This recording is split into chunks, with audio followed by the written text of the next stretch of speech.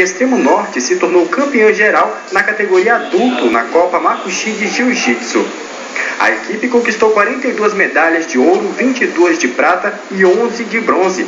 A participação foi de 108 atletas. E entre os destaques está o lutador Lucas Daniel. Ele já participou de várias competições. A experiência no tatame resultou na conquista de mais uma vitória. Foi ótimo, tive bons resultados, fui campeão na categoria faixa roxa, na categoria no absoluto, então me saí muito bem.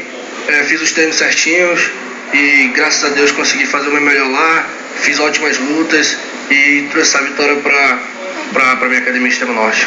André ajudou no treinamento dos atletas e também representou muito bem a academia. Foram 4 lutas para ser campeão na categoria marrom peso médio.